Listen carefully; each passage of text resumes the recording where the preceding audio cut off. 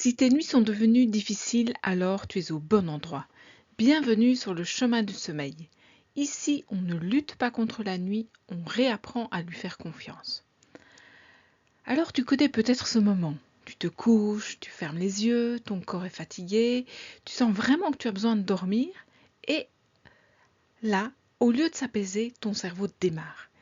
Il repasse la journée en boucle, il anticipe demain, il te rappelle une phrase entendue plus tôt, une tâche oubliée, une inquiétude que tu n'avais même pas forcément remarquée jusque-là. Et tu te dis, pourquoi maintenant? Pourquoi mon cerveau s'allume au moment exact où je veux dormir? C'est frustrant parce que tu as parfois l'impression que ton corps est prêt, mais que ta tête refuse de suivre. Alors dans cette vidéo, on va comprendre ce qui se passe dans ce moment très particulier, le passage entre l'éveil et le sommeil. Pas pour te donner une liste de conseils en plus, mais pour t'aider à comprendre pourquoi ton cerveau peut devenir si actif au moment où tu voudrais justement qu'il ralentisse. Parce que parfois, ce que tu prends pour un problème est simplement un mécanisme que tu n'as jamais appris à reconnaître. On imagine souvent l'endormissement comme un interrupteur. Tu es éveillé, tu fermes les yeux et normalement tu devrais dormir. Mais le sommeil ne fonctionne pas comme ça. Tu ne passes pas d'un seul coup de la journée au sommeil profond. Parce qu'entre les deux, il existe une zone de passage. Ton corps commence à ralentir, ta respiration devient plus calme, les muscles relâchent leur tension. Le monde extérieur devient moins présent. Mais ton cerveau, lui, ne s'arrête pas en une seconde. Il change progressivement d'état. Et pendant ce changement, certaines choses peuvent apparaître. Des pensées plus vives, des images rapides, une sensation de chute, un sursaut, parfois même un bruit soudain, comme s'il venait de nulle part. Ce n'est pas forcément le signe que quelque chose va mal. C'est souvent le signe que ton cerveau quitte le mode de la journée, celui où il analyse, il organise, il contrôle, pour entrer dans un mode plus flottant, plus automatique, plus proche du sommeil. Et le problème apparaît surtout quand tu interprètes ces sensations comme une menace. Parce qu'à partir du moment où tu t'inquiètes, ton cerveau se remet en vigilance. Non, c'est la période hypnagogique. C'est le moment où tu bascules progressivement de la conscience vers le sommeil. Et là, ton corps commence à lâcher. Les muscles se détendent, la respiration ralentit, la vigilance baisse, mais ton cerveau peut encore produire beaucoup d'activités. C'est pour ça que tu peux avoir des pensées décousues, des images qui surgissent, des fragments de souvenirs ou des sensations un peu étranges. Tu peux te sentir à moitié là et à moitié parti. Comme si une partie de toi commençait déjà à dormir, pendant qu'une autre restait encore en conscience. Cette phase dure souvent entre 5 et 20 minutes selon les personnes. Mais elle peut te sembler plus longue quand tu es stressé, préoccupé ou quand tu attends le sommeil avec impatience. Et c'est important, plus tu surveilles le moment où tu vas t'endormir, plus tu gardes ton cerveau en état d'observation. Or, l'endormissement demande justement que cette observation diminue. Et c'est souvent là que tout se joue. Tu veux lâcher, mais une partie de toi vérifie encore si tu es en train de lâcher. Et il existe un phénomène au nom très impressionnant, le syndrome de la tête qui explose. Le nom peut vraiment inquiéter, mais dans la majorité des cas, le phénomène est bénin. Ce que tu peux ressentir, c'est un bruit très fort, très soudain, au moment où tu t'endors. Comme une explosion, un claquement ou un coup de feu, ou une porte qui claque, vraiment un bruit électrique. Sauf que ce bruit ne vient pas de la pièce. Il est perçu par ton cerveau au seuil du sommeil. Et forcément, quand ça arrive, ça peut faire très peur. Alors tu te redresses d'un coup, ton cœur peut s'accélérer, tu regardes autour de toi et tu te demandes mais qu'est-ce que c'était? Et comme tu ne trouves rien, ton cerveau va chercher une explication. Est-ce que c'est grave? Est-ce que j'ai un problème? Est-ce que ça va recommencer? Alors le plus perturbant, ce n'est pas le bruit en lui-même, c'est la trace qu'il peut laisser. Parce que si tu commences à redouter le moment de t'endormir, mais ton cerveau va se mettre à surveiller. Et un cerveau qui surveille reste plus difficilement disponible pour le sommeil. Alors en réalité, ton cerveau n'est pas encore éteint. Et d'ailleurs, il ne s'éteint jamais complètement.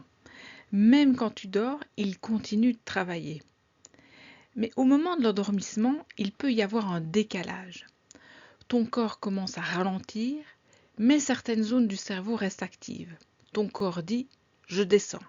Et ton cerveau dit encore « attends, je vérifie ». Il vérifie l'environnement, il traite encore certains éléments de la journée, il réagit parfois à des sensations internes. Et c'est pour ça que tu peux avoir cette impression très particulière. Mon corps est fatigué, mais ma tête continue. Et quand tu ne comprends pas ce qui se passe, tu peux croire que ton cerveau te sabote. Mais tu peux encore changer de regard. Au lieu de penser « mon cerveau m'empêche de dormir », tu peux te dire « mon cerveau n'a pas encore terminé son changement de rythme ». Et cette nuance est importante, parce que dans le premier cas, tu luttes, et dans le second, tu comprends qu'il y a un passage à accompagner. Et le sommeil n'aime pas la lutte. Alors, pourquoi ça arrive?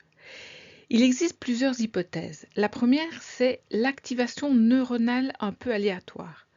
Au moment où le corps se relâche, certains signaux peuvent encore s'activer de manière désordonnée.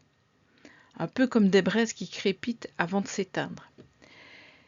Mais le cerveau n'est plus dans l'activité claire et organisée de la journée. Mais il n'est pas encore complètement installé dans le sommeil. Il peut donc produire des signaux brefs, une image, un son, une sensation, une contraction musculaire, une pensée étrange.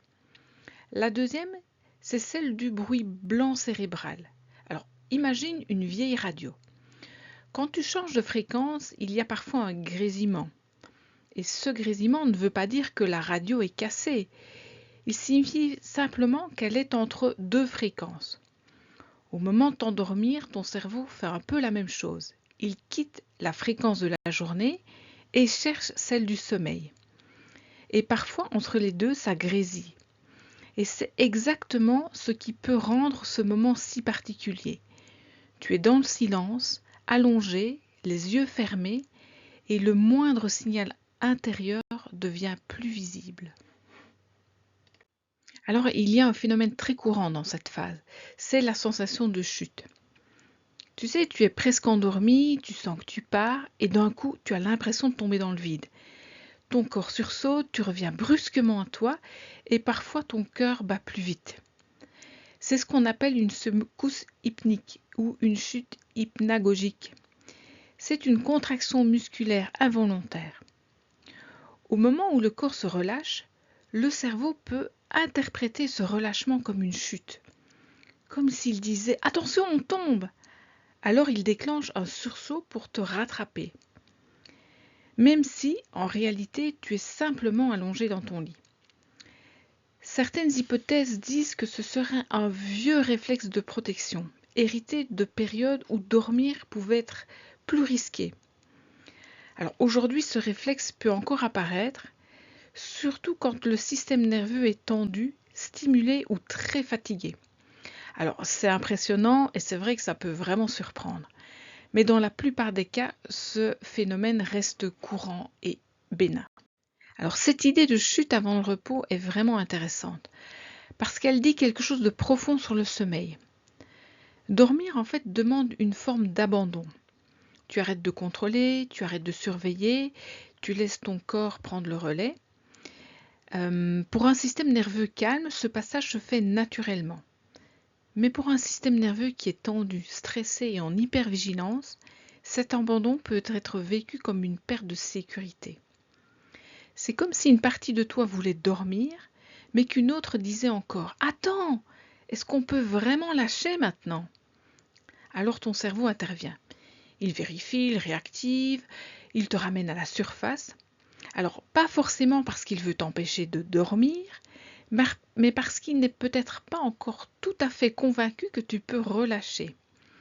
Et cette nuance, elle change tout. Parce que si tu penses mon cerveau bloque mon sommeil, tu risques d'entrer encore plus dans le combat. Mais si tu comprends mon cerveau cherche encore à me protéger, alors tu peux commencer à lui répondre autrement. Alors, ces phénomènes sont souvent normaux. Ils ne veulent pas dire que ton cerveau a un problème, mais normal ne veut pas dire agréable.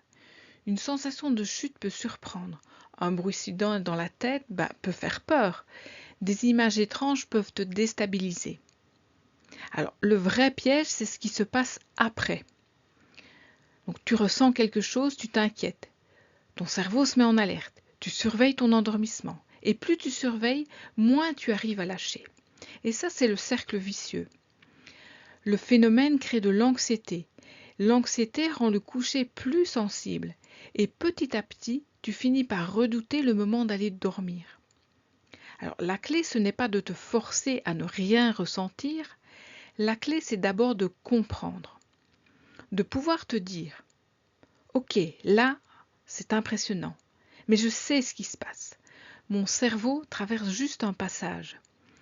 Et cette phrase ne règle pas tout, mais elle peut déjà réduire la peur.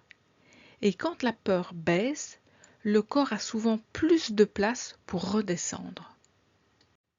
Et comprendre, c'est déjà apprivoiser.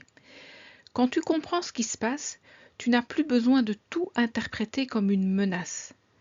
Donc ton cerveau ne te trahit pas, il quitte la journée et parfois il ne le fait pas en silence. Il peut encore y avoir des pensées, des images, des sensations, des bruits ou des sursauts. Mais tu peux les voir autrement. Non pas comme des preuves que ton sommeil est fichu, mais comme les derniers mouvements avant le repos. Alors, au lieu de lutter, tu essayes d'accueillir. Accueillir ne veut pas dire aimer ce qui se passe. Ça veut dire je reconnais ce qui arrive. Je n'ai pas besoin de paniquer. Je peux laisser mon corps continuer son chemin. Et si tu veux aller plus loin, il y a un article dans la description qui t'explique les 3 étapes concrètes pour apaiser les pensées avant de dormir. Déposer la journée, réguler le système nerveux et créer une sécurité intérieure pour te coucher. Parce qu'un cerveau qui s'emballe n'a pas besoin d'être combattu. Il a besoin juste d'être compris, rassuré et accompagné vers le repos. Si cette vidéo t'a parlé, si tu te reconnais dans cette difficulté à lâcher prise le soir, ou dans cette impression que ton cerveau s'active dès que tu fermes les yeux, alors c'est peut-être le bon moment pour faire le point. Réserve un appel pour comprendre ce que tu vis et pour voir comment je peux t'accompagner vers des nuits plus apaisées. Le lien est dans la description. Prends bien soin de toi.